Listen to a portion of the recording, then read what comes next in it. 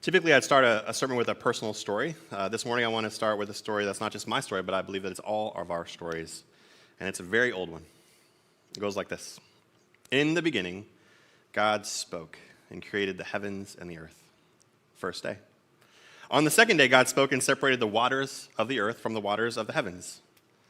On the third day, God spoke and the land sprouted every sort of tree and plant.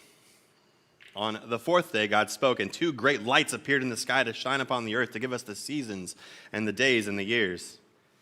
On the fifth day, God spoke, and fish filled the waters, and birds filled the airs, and each one produced more of its kind. On the sixth day, God spoke, and the land produced living creatures to roam the earth. God spoke and created human beings, male and female, in God's image. He created them to take care of the earth, to take care of the fish and the birds and the animals therein. And after these 6 days, God looked out over all of creation, and God said, it was very good. This is Genesis 1. This is the first story in our Bibles. And here's where chapter 1 ends, at the end of day 6. Back in the Middle Ages, when scribes and scholars divided the Bible into chapters and verses, they thought that this was a good place to put it into a chapter. Creation is over. Or is it? Chapter 2, verse 1. So the creation of the heavens and the earth and everything in them was completed. Verse 2. On the seventh day, God finished his work that he had done. On the seventh day, God finished the work that he had done. The Hebrew grammar of Genesis 2:2 indicates that some kind of work happened on that seventh day, because on that seventh day, the work was completed. So what work was done on day 7? According to Jewish scholars like Abraham, Joshua, Heschel, on the seventh day, God finished creation, because on the seventh day, God made space, and God made time to rest. And in that seventh day, when God made rest, God then decided to rest God's self in that day. God made the day, then God rested in the space. Why? Why in the world did God rest? When we hear rest, we might think collapsing, exhausted into a bed, tank totally empty. But that's not what's happening here, because God doesn't get tired. God doesn't get exhausted. God doesn't need to pause. God doesn't need a breather. So God didn't need to rest in that sense. The Hebrew word translated rest here in verse 2 doesn't mean rest in a tired sense. It literally means to cease or to stop. It means to cease or stop. God wasn't resting because God was tired. After 6 days of work, God didn't need to recuperate. But after 6 days of work, God chose to stop, to cease, to set down the tools, to change gears, not out of fatigue, but because stopping itself was good. God ceased because it is good to cease. Now, don't hear me say that work is bad, of course, right? Work is good. All the work that God had done by the end of 6 days was very good, and work is still good. When we're building and creating and organizing and achieving and advancing and serving and shepherding, we're acting as creatures created in God's image. We're mirroring God's activity on those first 6 days. When we're raising kids, when we're tending to animals, when we're writing code, when we're grading essays and preparing presentations and delivering delivery truck items and growing vegetables, we're doing the same ordering work that God did on the first 6 days of creation, and that work is good. But work isn't the whole picture, right? Work is good, but there was a seventh day. The story of those 7 days isn't a story of rest alone. It's a story about needing both, rest and work. Work by itself isn't good enough. Rest by itself isn't good enough. But the rhythm, working and then not working, working and then not working, that's the rhythm that God created. That's the 7-day rhythm that brings us life.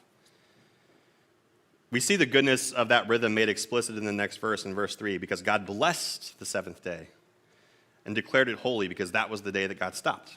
That was the day God ceased. It's pretty fascinating that the first thing God blessed and declared holy wasn't an object.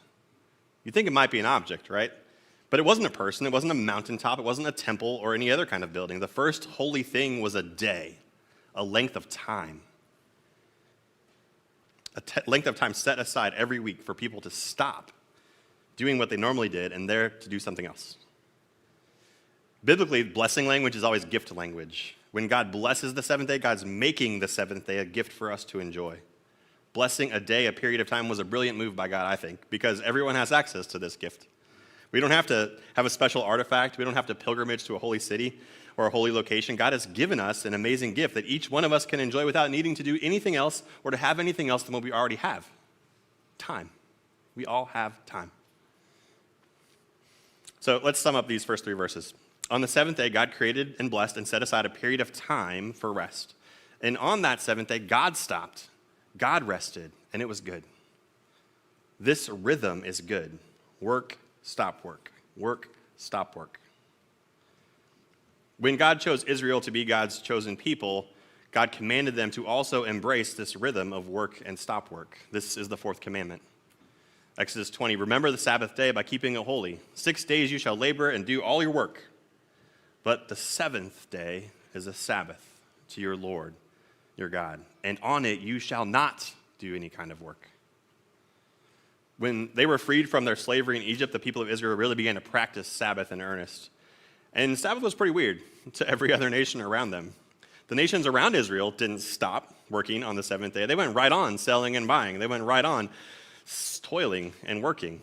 Slaves kept toiling, animals kept burdening, but on the Sabbath, Israel stopped, signaling to the rest of the world that they were embracing a different way, that they were listening to God and enjoying the rhythm that God laid out for them in the creation story. And in a move that I think confused their neighbors even more, when Israel stopped, everyone in Israel stopped. It wasn't just the powerful and wealthy who could more easily afford to take a break. Everyone, rich and poor, observed the Sabbath together. Families, adults and children, kings and prophets and warriors and farmers and slaves and immigrants and foreigners, everyone stopped and did something different on the Sabbath. On the Sabbath, the most vulnerable were protected from a life of endless labor. They were able to stop. Even the animals were given a break on the Sabbath. So on this day, this special day that happened every single week, everyone remembered their collective dependence on God. On Sabbath, all worshiped, and on Sabbath, all were equal. By the time Jesus showed up, the Jews had turned Sabbath rest into something confining and legalistic. What started as a practice to help liberated people embrace their freedom slowly devolved into a way for religious leaders to exercise authority over the people and tighten their monopoly on power. Sabbath laws came about. They became ways to punish those who didn't or couldn't keep the Sabbath. A day that was supposed to refresh and restore was a day full of intricate definitions of work and rest, rules governing what they could do and could not do. Eventually, it became a day to feel like you were earning approval and doing a good job, or a day to feel like you weren't doing enough. They sort of lost the forest Sabbath for the forest trees, right? So Jesus reclaimed the 7th day from that legalistic mentality. He explained in Mark 2 that the Sabbath was made for human beings, right? Not human beings for the Sabbath. Weekly Sabbath was a gift to humanity so that we could stop, so that we could cease working one day a week in order that we might experience a fuller kind of life. Which sounds pretty wonderful, if you ask me. You know, a few months back, I started to feel pretty overwhelmed by the sheer amount of work that sort of was piling up in front of me. No matter how hard I worked, there was always more to do. And I don't think I'm alone in that, because virtually every time I ask anyone how they're doing, you guys know this, what's the very first thing people say? Busy. Busy, right? Really busy. And sometimes they'll add what we don't always normally add. Stressed out, spread too thin, trying to do too much, feeling pressure to do more and to do it faster. And all the while, feeling pressure not to break a sweat when I do it, to convey this impression that all the effort doesn't actually take a lot of effort.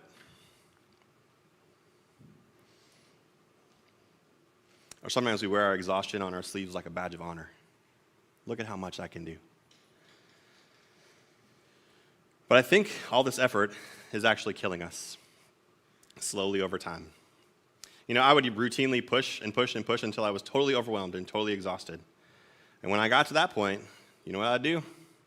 I would crash. I would crash. Usually for me, this happened on a Sunday afternoon, after Sunday morning service. The whole week is full of meetings and one-on-ones and emails and website updates and scheduling and counseling and MailChimping and sermon writing and sermon editing, and it all culminated on a Sunday morning service. When I eventually made my way back to my house and opened my front door and shut it behind me, after church, I would crash. Now, crashing is not the same as resting, right? Crashing is not the same as resting. First of all, crashing isn't really a choice, right? It's what happens after we've lost control and we cannot pull out of our nosedive. Second, crashing activities are not usually healthy activities. When I crash, I'm not really resting.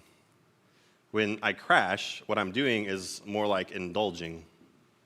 Indulging is what we let ourselves do indulging is when we let ourselves do something that we like doing, but we let ourselves do it for longer than is actually good for us.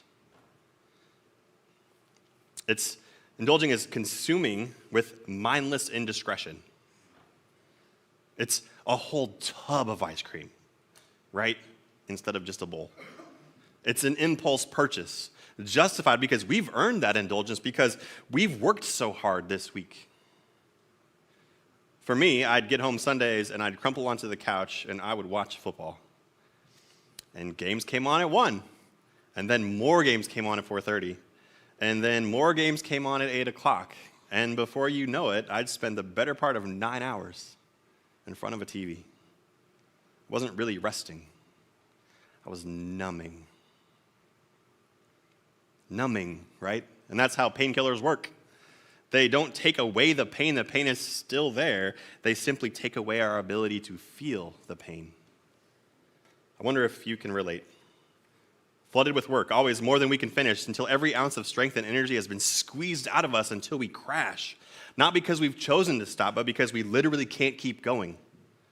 And when we crash, we're flooded with an avalanche of entertainment options to numb our feelings. More options than we could ever consume, an endless stream of things for us to watch, or games for us to play, or images for us to consume, or items that we need to buy so that we can enjoy life. You know, it wasn't always this bad. I'm old enough to remember when the wider culture actually sort of embraced a day a week of rest. I remember when kids didn't have sports on Sundays, when most stores and restaurants were closed, and now stores are open virtually every day. Except, I guess, for Chick-fil-A. They're stubbornly holding out, even though it costs them $1 billion a year in potential revenue. But most stores never close at all. The internet is always open, and Amazon is always happy to fill your cart for you. You know, I think some folks live in one of these two extremes or the other, either living in this working, striving, never-ceasing world, or living entirely in this numbing, indulging world that never ceases. But I think probably most of us bounce back and forth between the two. Working to numbing, and then back to working, and then back to numbing, and then back to working. So rarely doing what God did on the seventh day, so rarely stopping. At some core level, our bodies, minds, and spirits tell us, this is not healthy. But there's nothing out there, nothing in society that will help us embrace a different rhythm. There's nothing out there that will encourage us to slow down or to consume less or to stop for a minute, let alone a whole day. The world is built to extract as much from us as it possibly can, and then it will happily numb us from the pain when our tank runs empty. God, from the very beginning, has given us a different way, a sustainable way, a rhythm of work and rest that will result in human flourishing. The reason that we chose to preach this whole sermon series on this topic of Sabbath is because we're feeling a collective longing for this healthier way. We're calling this series, if you don't like this, is my fault. We're calling this series the Resistance, which is actually hard to say. I had to practice a lot of times. The Resistance, reclaiming the rhythm of rest. Reclaiming the rhythm because it's not something new, right? This is something old. The old is creation itself. God has already given us this rhythm, but have we lost it along the way? A moment of truth. How many of you Sabbath? How many of you set aside a day, a week, to do life differently? Maybe you all do, but my sense is that almost none of us do, myself included. So I'm not coming to you as an expert who can impart my wisdom. I'm speaking as a fellow traveler who believes that God's gift of ceasing is good for me and good for us and good for our families and our communities. I'm coming to you as someone who desperately wants to incorporate that rhythm more directly into my life. Our hope in this whole series is that we can begin to support each other in our efforts to embrace this different way, this different rhythm. And I wanted to call this series The Resistance because I think it's going to take some courage from us and a willingness to actually fight for this different way. The cultural stream is rushing in one direction, calling against the call to stop, against the call to rest. If we're going to reclaim the rhythm of rest, then I think we're going to have to fight for it. So each week leading up to Easter, we're going to dive into a different aspect of Sabbath and what rest actually looks like and feels like for us and what will come up for us when we start to disturb the waters of our status quo. It's probably going to be a little bit uncomfortable at times. We're probably going to feel things that we don't normally feel because we've suppressed them under the weight of all of our numbing. We're going to have to ask some questions of our to-do lists and evaluate them.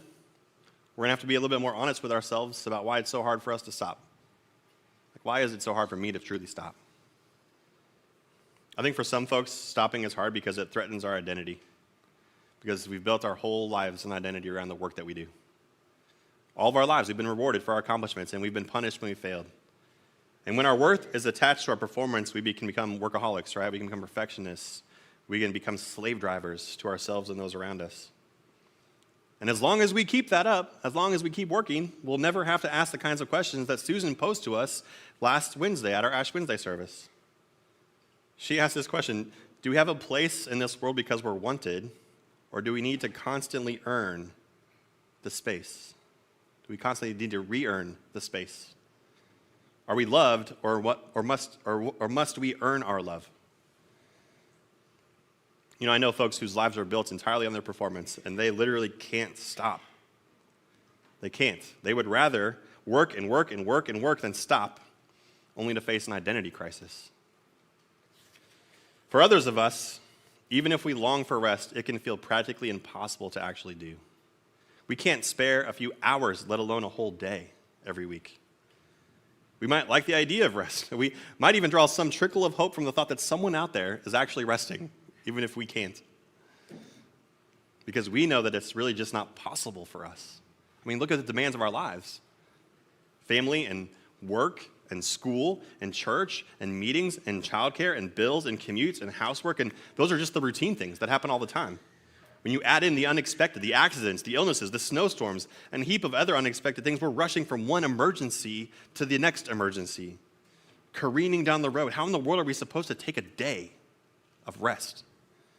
It already feels like we don't have enough hours in the days we have. I can often catch myself in a spiral of hopelessness when it comes to resting. I'll catch myself saying with a sense of helplessness, I just can't find the time. I can't find it. Where is it? But on the seventh day, God made time. God made the time that we need to rest. God made enough time. But we're not just going to find it lying around. It's not going to just happen. Our internal and our external currents, the work, the indulgence, all that stuff's not going to rest or give up or relent. If we're going to have time, we're going to have to actually make the time, choose it. And maybe it's at first a choice we make on faith alone, an active choice to leave some things undone, to set down our tools, to change gears, not because we really even want to, but because God's blessed that seventh day and asked us to keep it holy. It's an act of faith because we're trusting that God was right when God gave us the gift of rest. We're agreeing with God that this rhythm between work and rest and work, that rhythm is a good rhythm. If you can agree to that, at least intellectually in your heart, if you're ready to believe that it's good to work and it's good to stop, then I think the first step is to identify a specific time each week when you can make that effort. Think about your own life and your own rhythms. When is the time each week when you can stop? Maybe it's Friday night into Saturday night. For a while in my life, that was my time. What time each week can you Sabbath?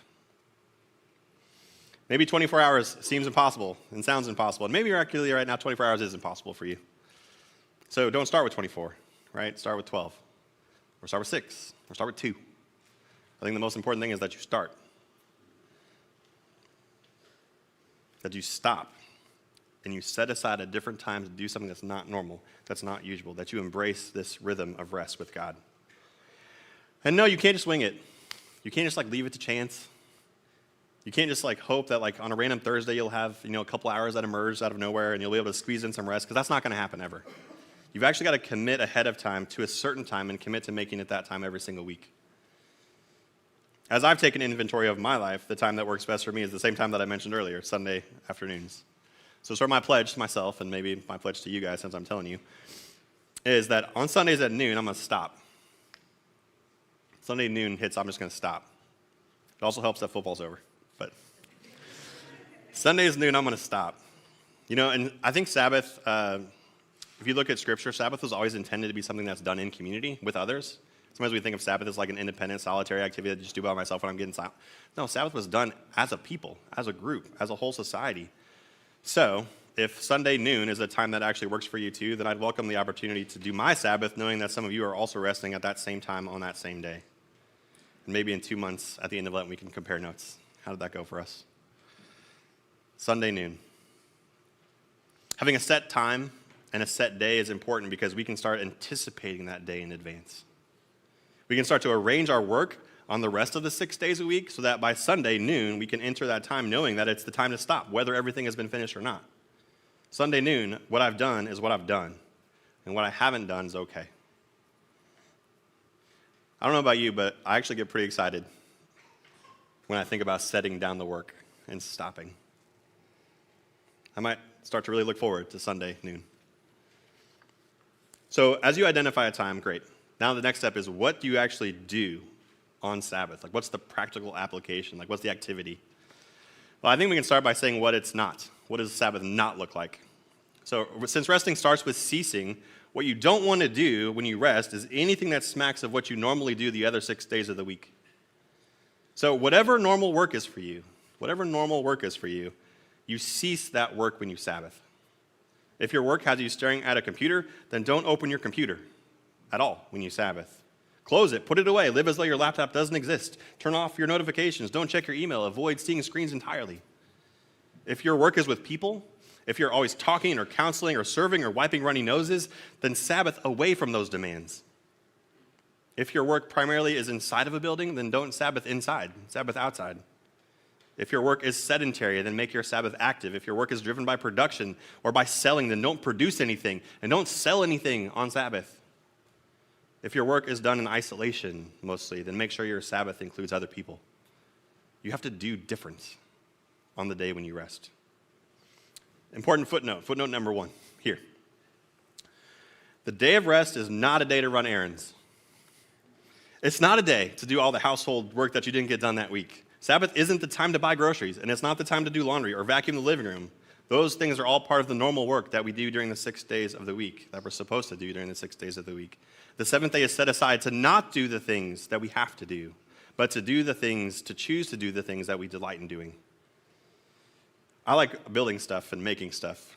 I've built our TV stand, I've built a bookshelf, I've built our bunk beds, and the walkway that leads to our house. Now you could look at all that stuff and be like, that's work. And technically you're right, it's work in a certain sense. But it's so different than the kind of work that I do on the other 6 days of the week. So Sabbath isn't about not working. It's about not working the same way that you work all the time. It's about intentionally and aggressively not working the way you normally work. It's about finding the things that bring you joy and doing those things with an awareness of God's presence with you, trusting that God's rest is good for you. Footnote number 2. We're not resting so that we can work.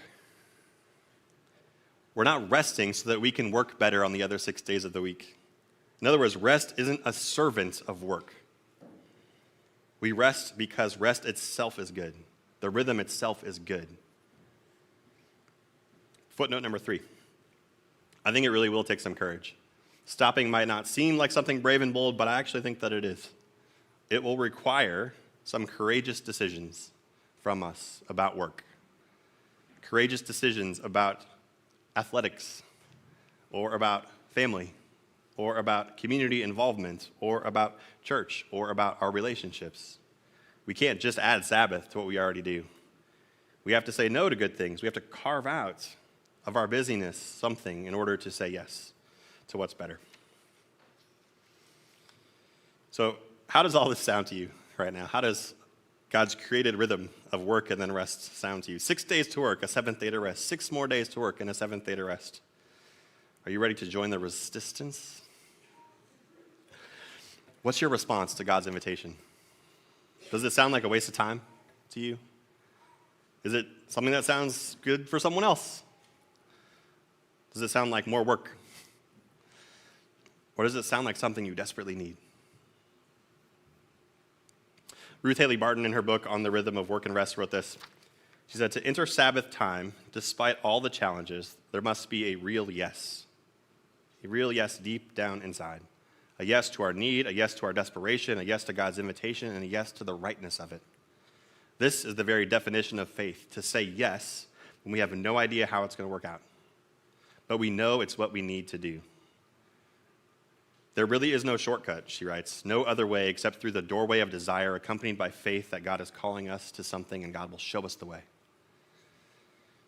So my hope, my prayer for us this Lenten season, and perhaps beyond, is that we will be a people who say yes to God's invitation to rest, who trust that God's rhythm is good for us and good for our communities and good for our whole world, that we would produce and practice a rhythm of working and stopping and working and stopping, that we would remember the Sabbath and keep it holy, and in that sacred space we would have time to meet with God in a new and different way. Amen? Let's pray.